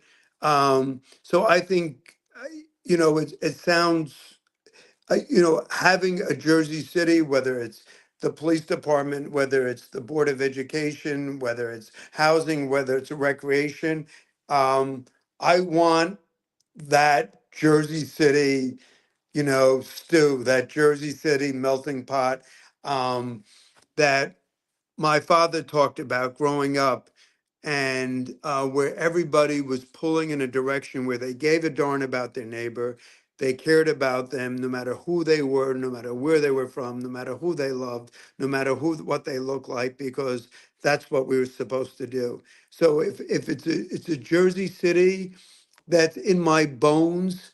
When you look at New Jersey reentry, when you look at McGreevey gubernatorial administration, I would argue it's probably one of the most diverse. But for me, it wasn't checking any boxes. It was what was in people's hearts. It was what people cared about. It was what people's motivations were, and that to me is what counts. Mayor, sorry, Governor. Sorry, I didn't want to be a presumptive there, but Governor, any links for social media websites if people are interested in donating their time or resources to your campaign? Yeah, if you can go to Jim 2025, I would really appreciate Jim 25, Jim2025.com. And yeah, and get whatever, to look us up. We have all our issue papers that probably half of Jersey City would snooze as they read. But yeah, I would like you to look at that. I'd like your ideas. I'd like your criticisms. Maybe your criticisms even more so, because, I don't want to talk to myself in an echo chamber. I talk to different folks. I'd like you to talk to our council persons, whether it's Brandy, whether it's Efren, whether it's Catherine Healy, whether it's Rich, whether it's Ryan, whether it's Gloria. And I also talk to, the folks that we're running against. I appreciate them being in the race. So, for me, this is as old fashioned and good as it gets, an election, God willing, of ideas, where we focus in on what's going to make a difference in the lives of Jersey City families. What's going to make a difference to that kid in third grade? What's going to make a difference to that senior? What's going to make a difference to that family, whether it's recreations, whether it's parking, whether it's affording that property taxes, whether it's controlling that rent increase? That's what I want to be about. I want to be the guy who in 4 years I come back to you and say, God willing, here, and here, we've made some progress. There's some areas where we'll make more, some others will make less, but hopefully we'll move in the right direction. Governor, I can't say enough what a privilege it is to talk with you. I appreciate you donating your time. Obviously, I know you're very busy, but I just want to say this because I know that you believe in my brand of award-winning journalism. And I know some in Jersey City object to it, but the majority do not. And that's why I continue to get good traffic on this program. But more importantly, again, your faith in my brand of journalism is so appreciated. I'm deeply humbled by it, and I'm really grateful for the rapport we've developed. And again, I listen. I'm not the most humble guy in the world, but I'm humbled when you take the time to come on this show. It just reminds me that hey, I'm doing something right with my brand of journalism. No, and I thank you, Fernando. And besides that, you're a much better dresser than I ever could I be. don't know about But that, but oh, I know that. But no, but thank you, and I thank you for the candor of your questions. Thank you for the perceptive questions that you're asking. And so thank you. it's having that robust dialogue so that Jim McGreevey isn't just getting his. Like you push me on some points, and I appreciate that. But we didn't get a chance to talk about education as much as I would want to. Well, So we're gonna. listen. I mean, I'll start. Let's think that in there real quick. I know that in Jersey City, it's an elected school board as opposed to like other school boards, let's say throughout New Jersey. But should you get across the finish line in November, obviously take office in January. What do you think your office can do in the sense of the oversight that maybe the Board of Ed needs in Jersey City? Because again, we're talking about a budget that keeps getting bigger and bigger and bigger. And residents maybe aren't getting, as they say, their bang for the buck. Again, property taxes do pay for the school board, aside from what Trenton sends Jersey City. That's another issue in itself. But what do you think realistically your office could do when it comes to oversight with the Board of Ed? Well, I mean, one, it's having accountability for how we spend our money. It's also, Fernando, what's important to me is what's getting into the classroom. What I talk to grammar school teachers, I talk to middle school teachers all the time who are taking money out of their wallets, despite the fact that we're spending over $1.1 billion. And so what's happening is so much of a higher percentage of Jersey City's money is going to administration as opposed to the classroom. Um, and to have comprehensive audits, not only financial audits, but academic audits, to beginning looking, and this is an area that I think is so important when I was governor, literacy coaches, literacy coaches, literacy coaches. We are having Terry Hill, who happens to be the director of the library, and he's probably, I don't know, he may lose friends, but I think he's doing a phenomenal job. I was just at a great reception that he had for an event about a month ago. But I think, having literacy coaches working with what the public libraries are doing, inviting parents in, inviting children in until we get these recreational centers off the ground, and then working with the libraries to have literacy coaches, and then connecting kids to libraries and library cards and opportunities. So early childhood literacy, I think, is so important. On the back end, I also want to focus on vocational education. Not everybody, God forbid, needs to be a lawyer or needs to be a celebrity, or it needs to be whatever it is, a musician, an interviewer, whatever. I mean, you know what it costs to call a plumber, you know what it costs to get a forklift operator. So vocational education. And then I also want to dig deeper on the academics. I want to dig deeper on the fact I saw scores for Jersey City youth in eighth grade. Only 10% of the children in eighth grade are proficient in mathematics. Only 10%, Fernando. Only 10% of eighth grade Jersey City children are proficient in mathematics. So that's about a 6-month old data point. It might have gotten better, it might not have, but clearly that we have to do better. So it's doing reading, it's doing mathematics, it's setting up clear metrics, it's working with the school board, but candidly, it's holding them and City Hall accountable. At the end of the day, it's not about Jim McGreevey. It's not about the school board. It's about our children, our children, our children. It's about what comes behind us. And lastly, children of special needs kids. I mean, I Yeah. could, the one time on this campaign, I nearly lost it, was meeting with parents in Greenville and Lafayette whose children were special needs, who didn't have the financial wherewithal to hire an attorney to school the school board. And literally, Fernando, I could get angry. The solution, the IEP, the individualized education plan for their child, was to literally hold them back a year and put them in the corner and color. And if that, I'm not judging anyone's soul, but that is, to me, is outrageous. Every child, regardless of zip code, every child, regardless of ability, should have a robust educational opportunity. And I'm committed to that. And I want to be the mayor who rolls up his sleeves and gets that done. And I'm going to have meetings all over this city, and I'm going to invite the school board. If they come, they come. If they don't come, they don't come. But I'm going to listen to those concerns, and I'm going to be the person who's going to be their advocate, because I'll be darned if we spend that kind of money that a child who needs an IEP isn't getting the proper care. I want to be that committed to whether it's middle school and block scheduling, whether it's pre-K education, whether it's vocational education. I want to be, at the end of the day, you know, God willing, my two girls are good, but I want to make sure the kids of Jersey City are in a good place.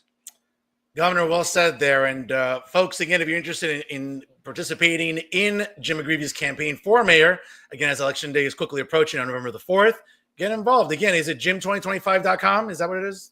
Yes.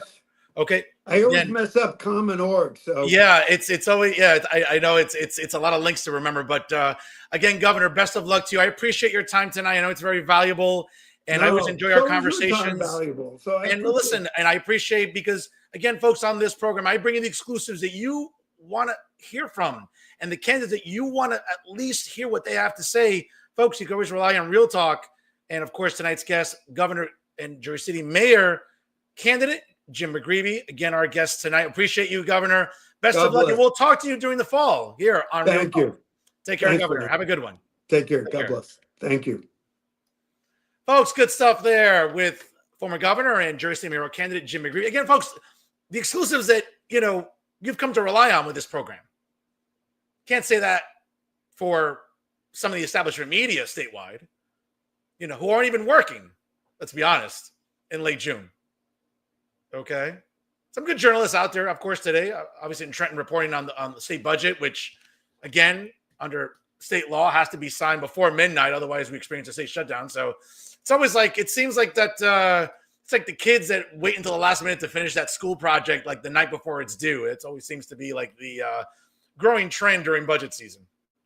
But we'll see what happens there. But again, if you're just tuning in live right now, again, a good hour with former New Jersey governor and Jersey mayoral candidate Jim McGreevey tonight, talking about everything that's going on in Jersey City, folks. Again, the issues that really matter to everyday residents, like parking, property taxes, public safety, affordability, more services for seniors, recreation programs for our kids, education. Again, the issues that matter to everyday residents in Jersey City, not the woke bullshit, not pronouns and all the other identitarian nonsense that some in Jersey City seem to blow a load in their pants about, but regular everyday people that, are working hard to put food on the table.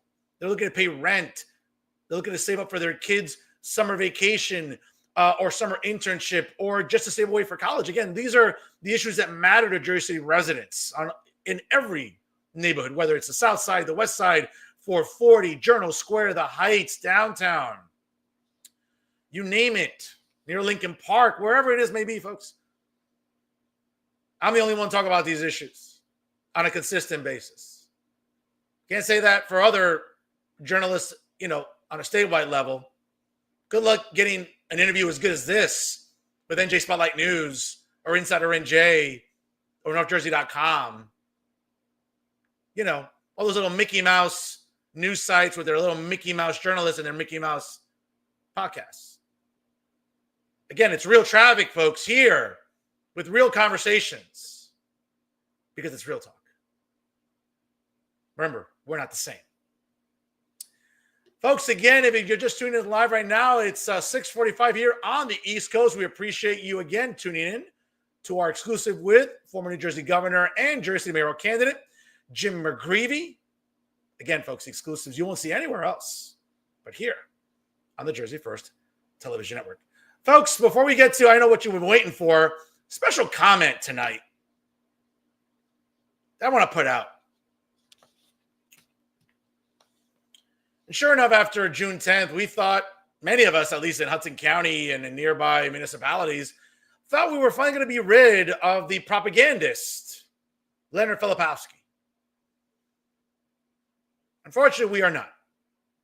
Unfortunately, as we've come to learn, and a shout out to David Wildstein and the New Jersey Globe for their excellent reporting on this issue, as well as what I've talked about on this program, maybe a few others as well.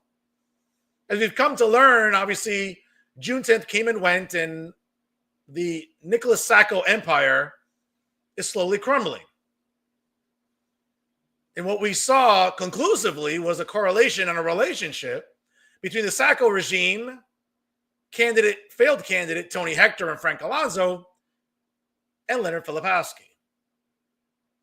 Now, we'll see what the next round of ELEC reports will tell us, but what did we learn already? That more than $10,000 has been funded, at least through the last elections quarter, to Leonard Filipowski. And for months, if not years, of outright denial by those in the Sacco administration that they have nothing to do with Leonard Filipowski, well, we all know that was a lie. And while many continue to deny it, folks, we know the truth.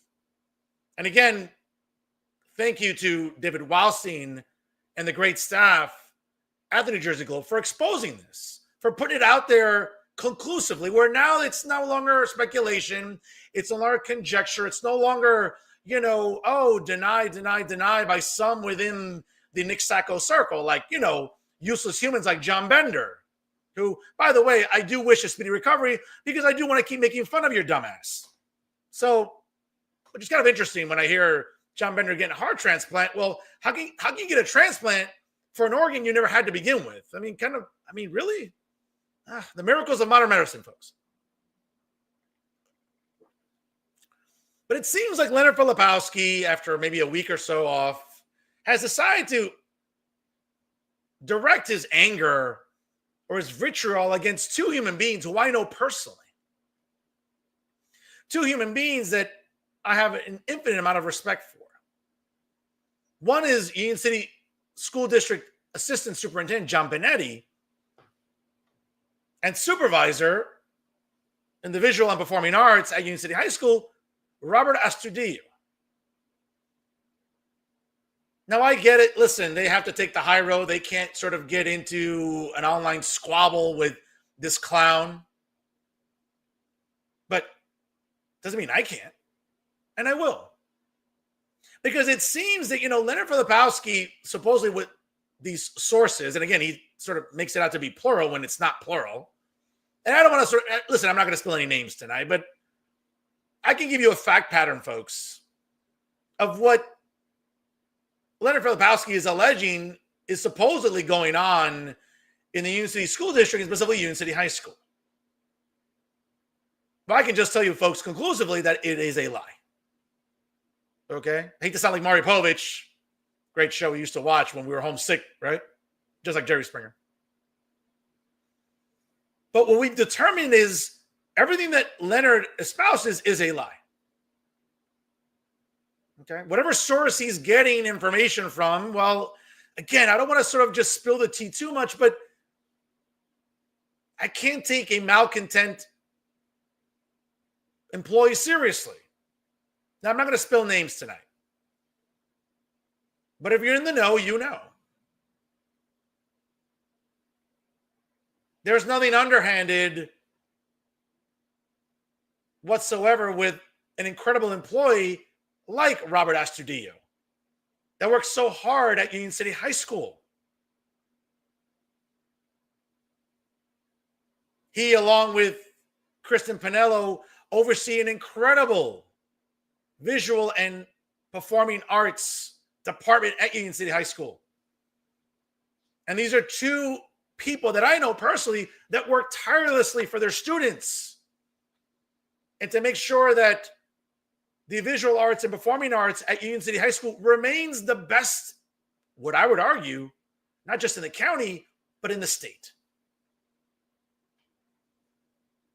So the idea that someone like Robert Astudillo isn't qualified to be where he is downright bullshit. It just is. It's bullshit. And any malcontent employees that would allege otherwise just don't know what they're talking about. Okay? Now, I'm not here to fight anyone's battles per se, but I'm here to stand up for people that, quite frankly, don't deserve to be minimized. And those two people, again, are Robert Astudillo and John Benetti, and more on John later. But for someone like Robert Astudillo, who works tirelessly, what exactly do you have an issue with?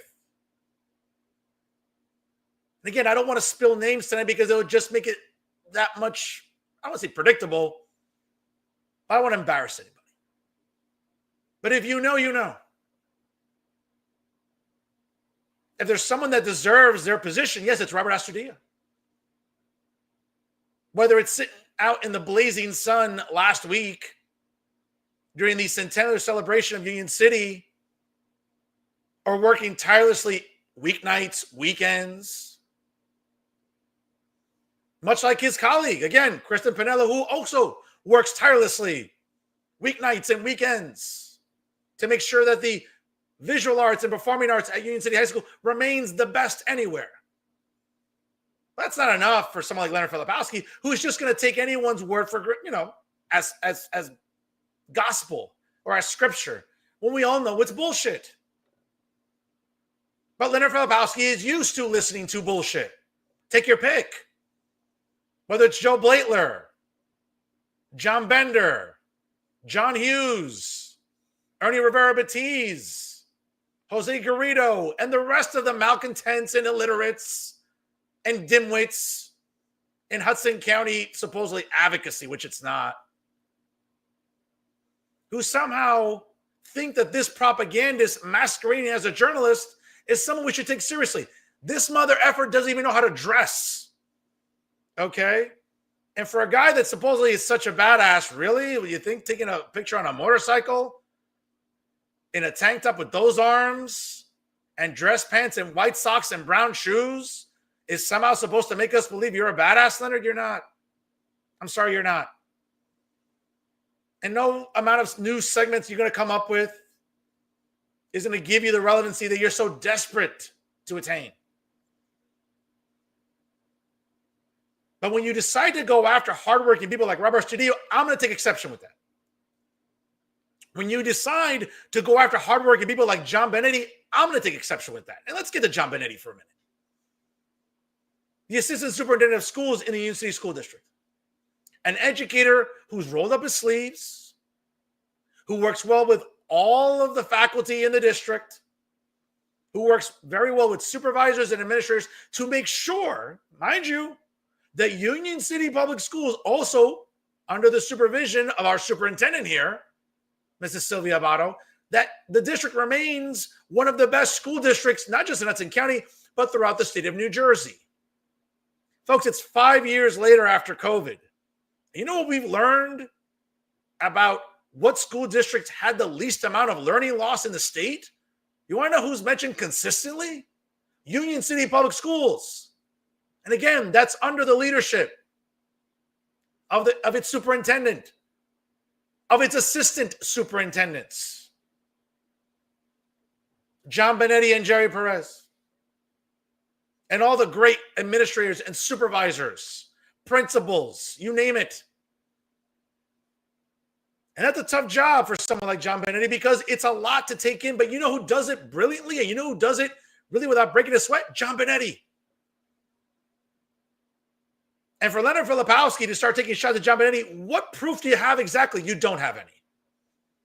Very much like a lot of what Leonard espouses, we all know it's 100% absolute, unadulterated, pure bullshit. I could say worse, but it's a family-friendly program.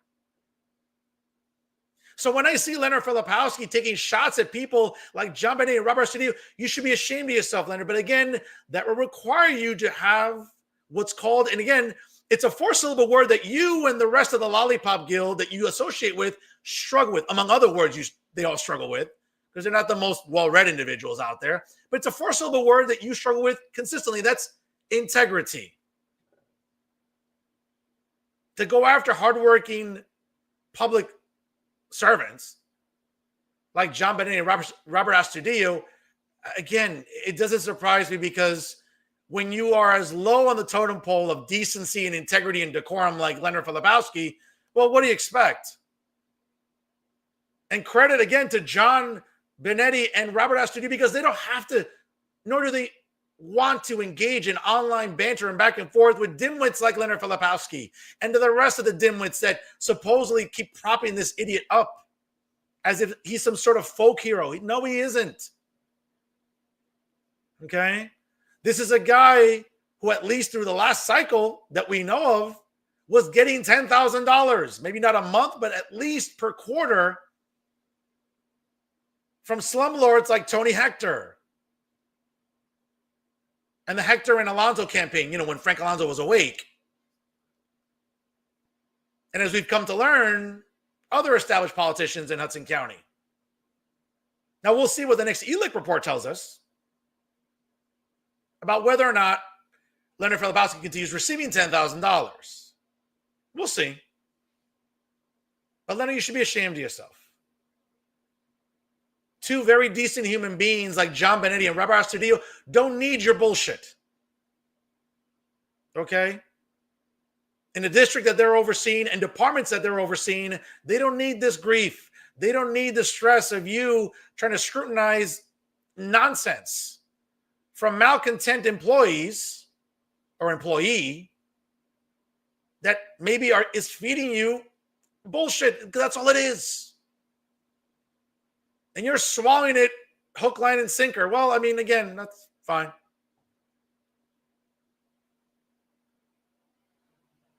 But Leonard Filipowski isn't somebody you should take seriously, folks. When it comes to credible journalism, you know who you should, or I know you do because you watch this program. And as I'm looking at the metrics right now, who's tuning in live on Twitter? Nice number right now. Same thing on Facebook, same thing on Instagram and everywhere else.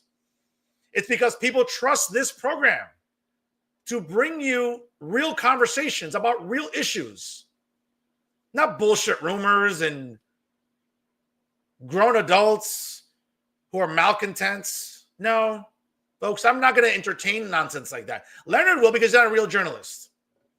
As I said before, with the $10,000 you got from the Tony Hector and Frank Alonso campaign, again, Leonard, all it takes is sitting down in front of a computer and getting actual press credentials. It's only going to cost you like $55, I believe. I continue to renew them because the New Jersey Society of Professional Journalists considers Fernando Uribe a journalist. They don't consider you one. Maybe not yet. We'll see. We'll see what credentials and what documentation you can provide that justifies you being classified as a journalist. But what we've learned for the last 2.5 years with you, folks, when I think of journalism, I don't think of Leonard Filipowski. When I think of propaganda, when I think of trying to harass people online or in person, he's really good at that. When it comes to being a horrible dresser, I mean, again, folks, I mean, I don't even have to try here. That's how easy you make it for me. But do me a favor, Leonard, have a little decency. And I know that's a big word for you to also process. And there's a lot of bad actors in Hudson County that I can name, but folks, John Benetti and Robert Astudillo, they're not bad actors. They're actually really good educators. Something, Leonard, that you know nothing about. Trust me, you never will. Now, speaking from one useless human, and let's move on to another useless human, folks, it's time for final thoughts. And I know this is a part of the program you've been waiting for, folks, yes. And let me give you some context here about this woman behind me, Kayla Burrell. As you can see here, apparently someone who publishes an op-ed early this year. Before Kayla starts having a hissy fit there, and again, somebody might want to check on Amy Willis to make sure she's not hyperventilating in her apartment, or the rest of the insufferable activists in Jersey City. All the people that I don't like and don't like me, the usual cat ladies and insufferable feminists and the social justice clowns and woke fools. Yes. But what's interesting about Kayla Burrell, again, is this editorial from earlier this year. Now, I'm not going to read you the editorial, but the reason it's so significant is before you start having a hissy fit, Kayla, you don't get to pick and choose when you want to have a public profile or a public presence. So when you want to run or attempt to be appointed to a seat in Ward B in Jersey City that, let's be honest with you, are you really qualified for it? Rhetorical question. We know you're not. You don't get to pick and choose when you want to have a public profile or a public presence, Kayla. So if you want to get mad at me for showing this picture, then have at it.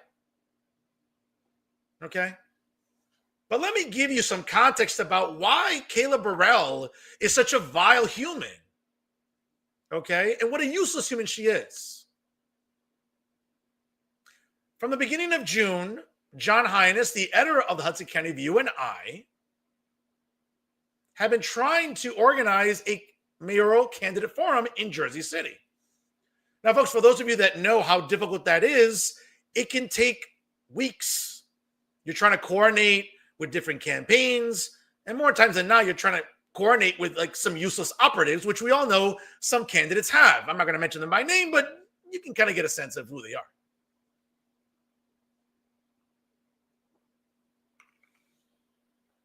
And coincidentally, after weeks and weeks of coordinating with the candidates and trying to get a location, police officer Christina Freeman, county commissioner Bill O'Day, Ward E councilman James Solomon, and former Board of Ed president Musab Ali agreed to participate in the upcoming candidate forum, which was supposed to be on Thursday night, July the 10th, at the 626 Lounge, located on Pedestrian Plaza in downtown Jersey City. And I remember finally getting all the candidates on board, making sure that their schedules were clear for that day. Great. Took it upon myself to create a flyer, since I'm pretty artistic and, I'm good at a lot of things. Okay. Folks, don't let the pretty face and handsome features fool you. There's a brain here as well. So as I decided to publish the flyer and obviously notify the campaigns, just a couple Fridays ago, there was just like sort of an uneasy feeling in my stomach, because I knew that at some point, one of the local cat ladies or feminists or social justice clowns and woke fools were probably going to object to this event. And sure enough, to no one's disappointment, of course, Kayla Burrell went ahead and took the bait. So before Kayla decides to, again, have a hissy fit, watching this, let me give you some context here about why I have an issue with Kayla Burrell. Okay? As an email was brought to my attention, and let me read it to you verbatim so no one can say, and by the way, folks, it's interesting, as I spoke with my own legal counsel, seeing some of the references towards me here by Kayla Burrell levied at me, kind of gives me a window here to seek legal action, but I don't want to show all my cards. But sure enough, after speaking with my legal counsel, this is pretty vile stuff here.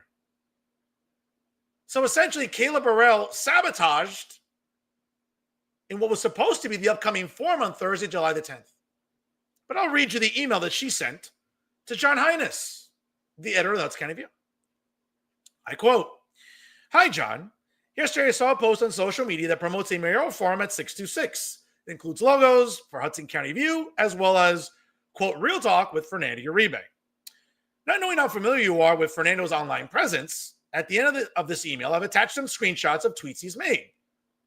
Maybe it wasn't your decision to be included with him at this event, but my concern is that just by being associated with him gives his platform more validity and yours possibly less. Please consider either pulling out of this event or asking for him to be removed. He'll likely see himself a victim of cancel culture, but if there's any way you can avoid that, please do. I'm available to speak to anytime today if you'd like. Kayla Burrell," and I'm not going to read the number, obviously. But Kayla Burrell went out of her way, along with other activists that I was made aware of, to reach out to the candidates, respectively. Musab Ali, Bill O'Day, and James Sullivan. And whatever pressure Kayla Burrell and other insufferable activists in Jersey City decided to put on them, well, they buckled. And they decided not to participate if I was still involved.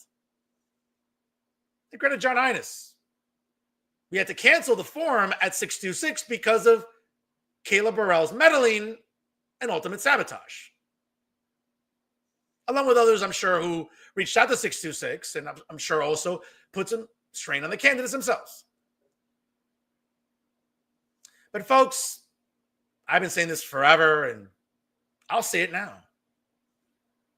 Is there a worse demographic in today's political climate than the liberal white woman?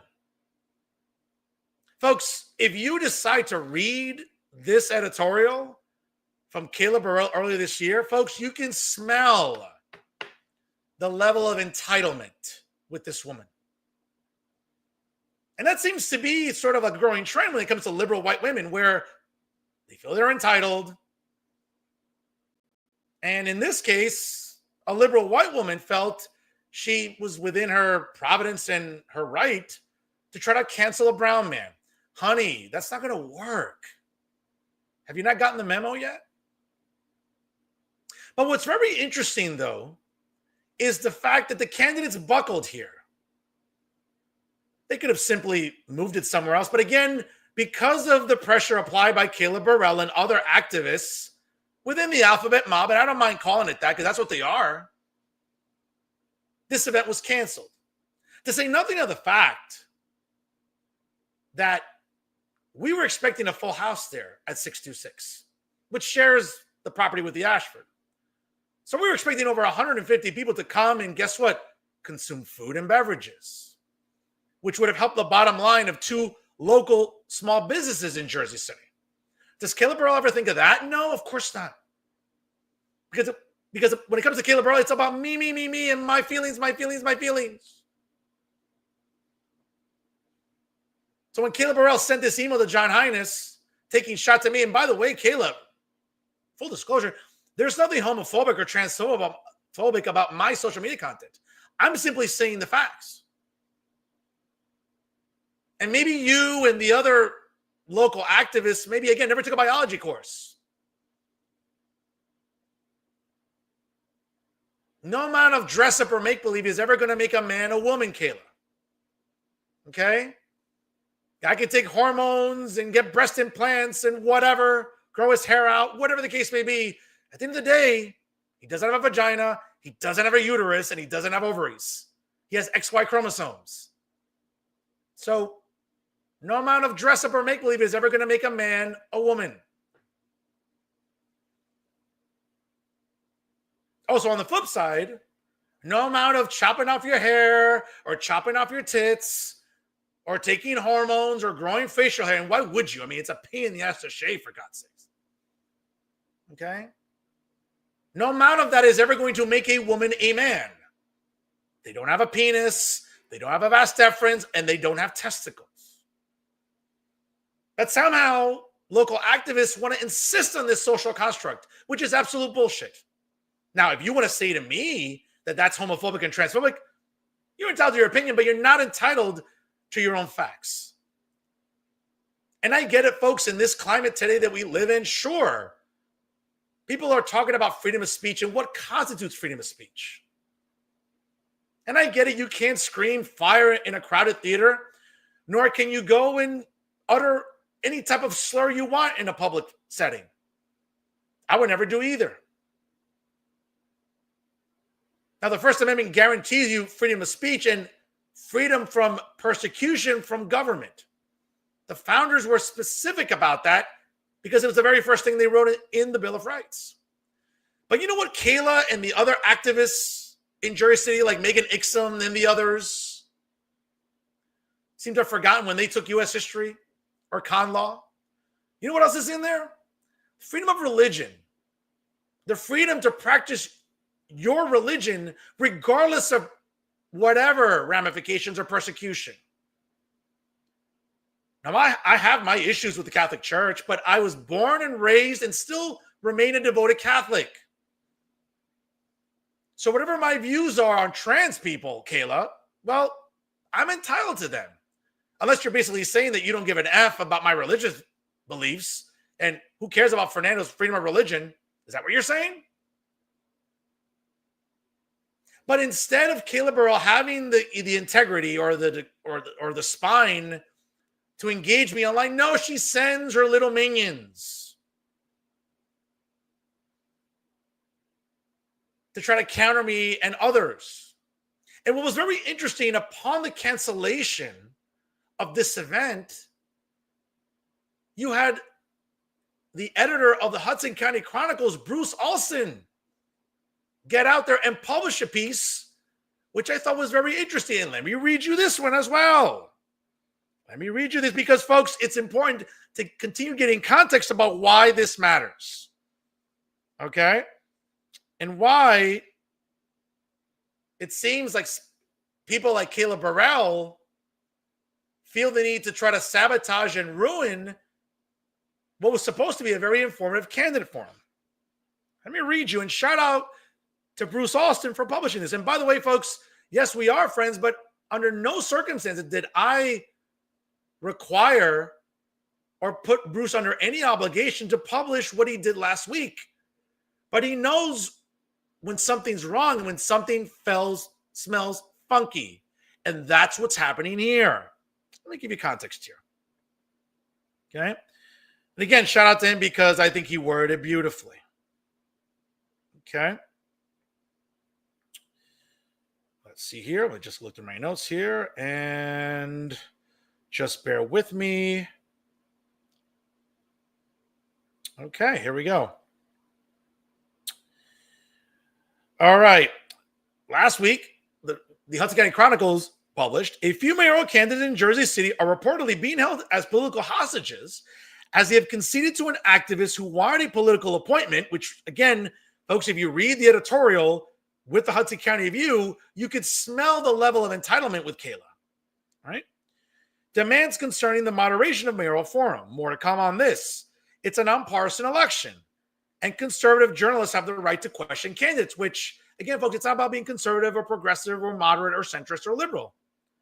Will the activist / appointment seeker step forward and explain their opposition openly instead of covertly hiding behind text messages and emails? See, that's why I don't respect people like Caleb Burrell. Because you want to pick and choose when you want to have a public presence, right? You want to write an editorial, a bullshit editorial like this. And just because you weren't selected, well, yeah, I'm Caleb Burrell. I should get appointed to whatever I want. That's what you sound like in that. That's the tone in that editorial, Kayla. And again, in a local election where it's not about pronouns and all your identity politics bullshit that you and all the other activists in Jersey City seem to subscribe to, because is that going to pay your rent? Is that going to help you afford an apartment? Is that going to help you maybe, I don't know, buy a parking permit? Or maybe have to pay for parking somewhere. Again, folks, it's about, again, not pronouns, but property taxes, public safety. Okay? Affordability, more services for our seniors, maybe more services for our kids when it comes to recreation. These are the issues that matter. These are the issues that the candidates we're going to talk about. And let me get to the candidates here. Shout out to Christina Freeman, a long, hardworking, dedicated police officer in Jersey City, who I had to notify about these developments because she wasn't made aware of them. And I get it. The candidates, they're trying to win an election. They don't want to alienate anybody. I get it. You hear enough whispers, you hear enough complaints and threats, whatever, from activists like this clown and others. And sure, you'll cave in. I get that. I don't fault the candidates. I still like Bill O'Day and James Solomon. They've always been gentlemen to me. Musab Ali, I don't really care for. Because when he's not like jerking off to like, oh my God, the Zoran Mamdani candidacy across the river in New York City, for a guy that's going to finish with maybe 4% of the vote, I mean, okay. Hey, you don't like my brand of journalism. Okay, Musab, you're entitled to it. Let me know when you start a podcast. Let me know how that goes. I mean, you get the traffic that I do, get back to me there. But in the meantime, you want to keep having, fundraisers with, Harold and Kumar, you have at it. Okay? For a guy that, couldn't manage a budget with the Board of Ed, I mean, I wouldn't trust this guy to run a hot dog stand or a lemonade stand in the middle of a summer during a heat wave. But sure, he thinks he's qualified to be mayor. And I get it. You got all erect and you blew a load in your pants last week about HUD posting, trying to even draw a comparison between you and a Democratic socialist like Zoran Mamdani. So you don't answer text messages or phone calls. You'll stalk my social media because you're an asshole, but you won't have the decency to return a call or a text message. Got it. All right, Musab, cool. I kind of know what type of asshole you are now. Well, I've known it for a while anyway. But now it's just sort of like reinforced more. But I get it. The candidates felt the need to cave to Caleb Burrell and all the other insufferable activists. I get it. But here's a newsflash. The candidates are doing a disservice to themselves. Because when it comes to John Heinous and Fernando Uribe, here's the reality. John Heinous and Fernando Uribe don't need the candidates. The candidates need John Heinous and Fernando Uribe. And while some people might think my ego is out of control, I know how to put people over. I know how to give flowers to people when they deserve them. And you know what, folks? For someone like John Heinous, fellow Rutgers alumnus, fellow member of the pinnacle of Hudson County, and a fellow colleague in the field of journalism, for over 10 years, John Heinous has been the standard when it comes to breaking hard news and breaking stories that other people don't have the chance to break. Okay. I know it's a big pill to swallow for others in Hudson County media, but that's the truth. And that's why John Hines remains the gold standard in local journalism. He'll continue making money. He'll continue getting traffic because he's good at what he does. You know who else is good at what he does? That's right, Fernando Uribe. So I get it that, okay, Kayla, congratulations. You succeeded at sabotaging and torpedoing a very much needed candidate for him. Because, I don't like the way Fernando Uribe talks on social media. I can guarantee you, folks, that's how Kayla Burrell sounds. You can almost imagine the tone of her voice when she reaches out to candidates, as well as the other activists in Jersey City that contributed to the cancellation of this potential candidate forum on Thursday, July 10th. I'll continue making money. I'll continue getting traffic. I'll continue bringing you exclusives like I just did tonight with former governor and mayoral candidate Jim McGreevey. Now, again, Kayla Burrell is more than welcome to come on this program if she wishes to engage me in a conversation. But then again, I've set the standard here on Real Talk. When I talk to candidates from all across the political spectrum, when I talk to elected officials all across the political spectrum, Republicans, Democrats, Libertarian, Green Party, you name it, they'll come on this show. I don't know if being, the head of some little local Mickey Mouse little community organization in Jersey City qualifies you to be relevant, Kayla, as much as you want to be. Sorry, I don't even know if it's in my best interest to entertain someone like you. But that's where we're at, folks. Cancel culture is indeed alive and well in Jersey City. Thanks to insufferable activists like Kayla Burrell. And the email's there. It's not like I'm making this up. And as I said, after speaking with my legal counsel, looking at this email, I have some avenues to explore. But you know what? It's a shame because when it comes to talking about the issues that matter to Jersey residents, Kayla Burrell did an immense disservice to Jersey City. Not just to the venues that were supposed to make money off of this event, with patrons coming in and eating and drinking and observing the candidates in a relaxed setting, answering questions. But it was a disservice to the candidates themselves because the residents don't get to hear from them. So again, Kayla, congratulations, honey. Sweetheart.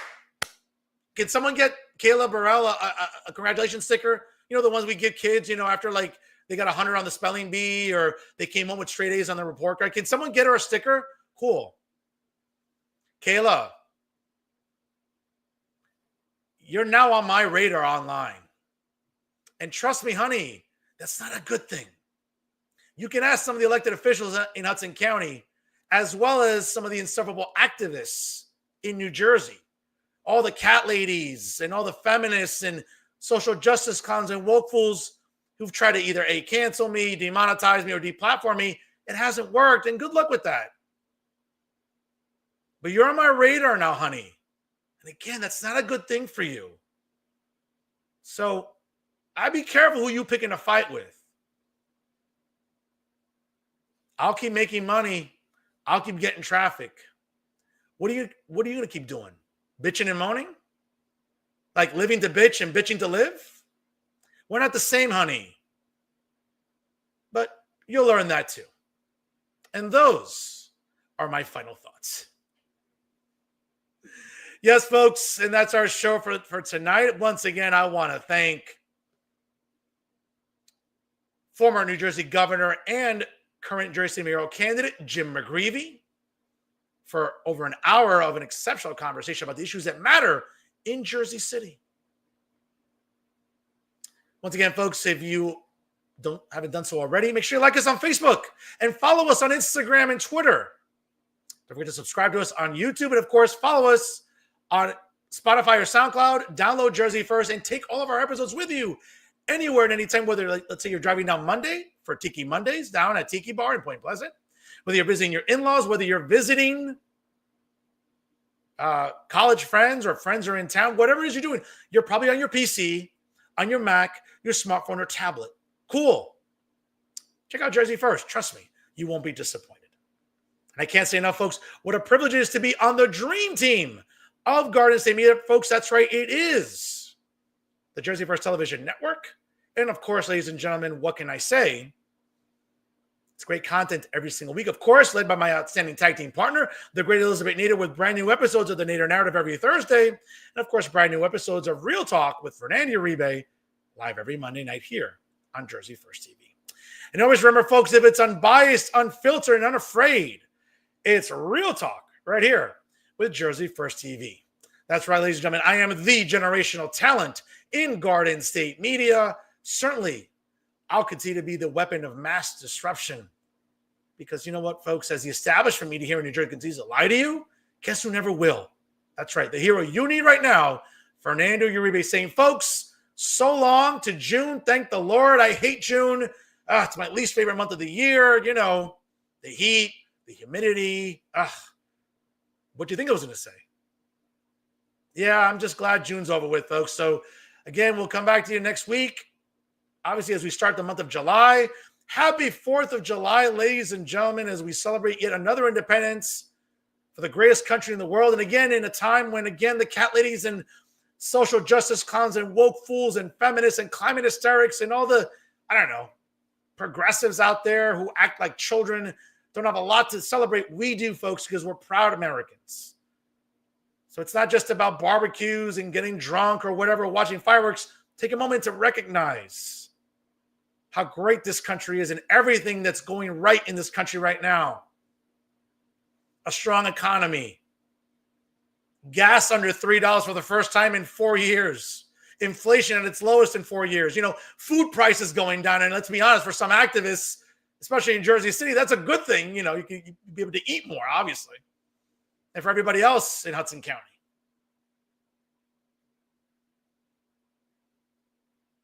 Advocating for parental rights. Making sure that we stand up against woke bullshit. Folks, it's a great day in our United States.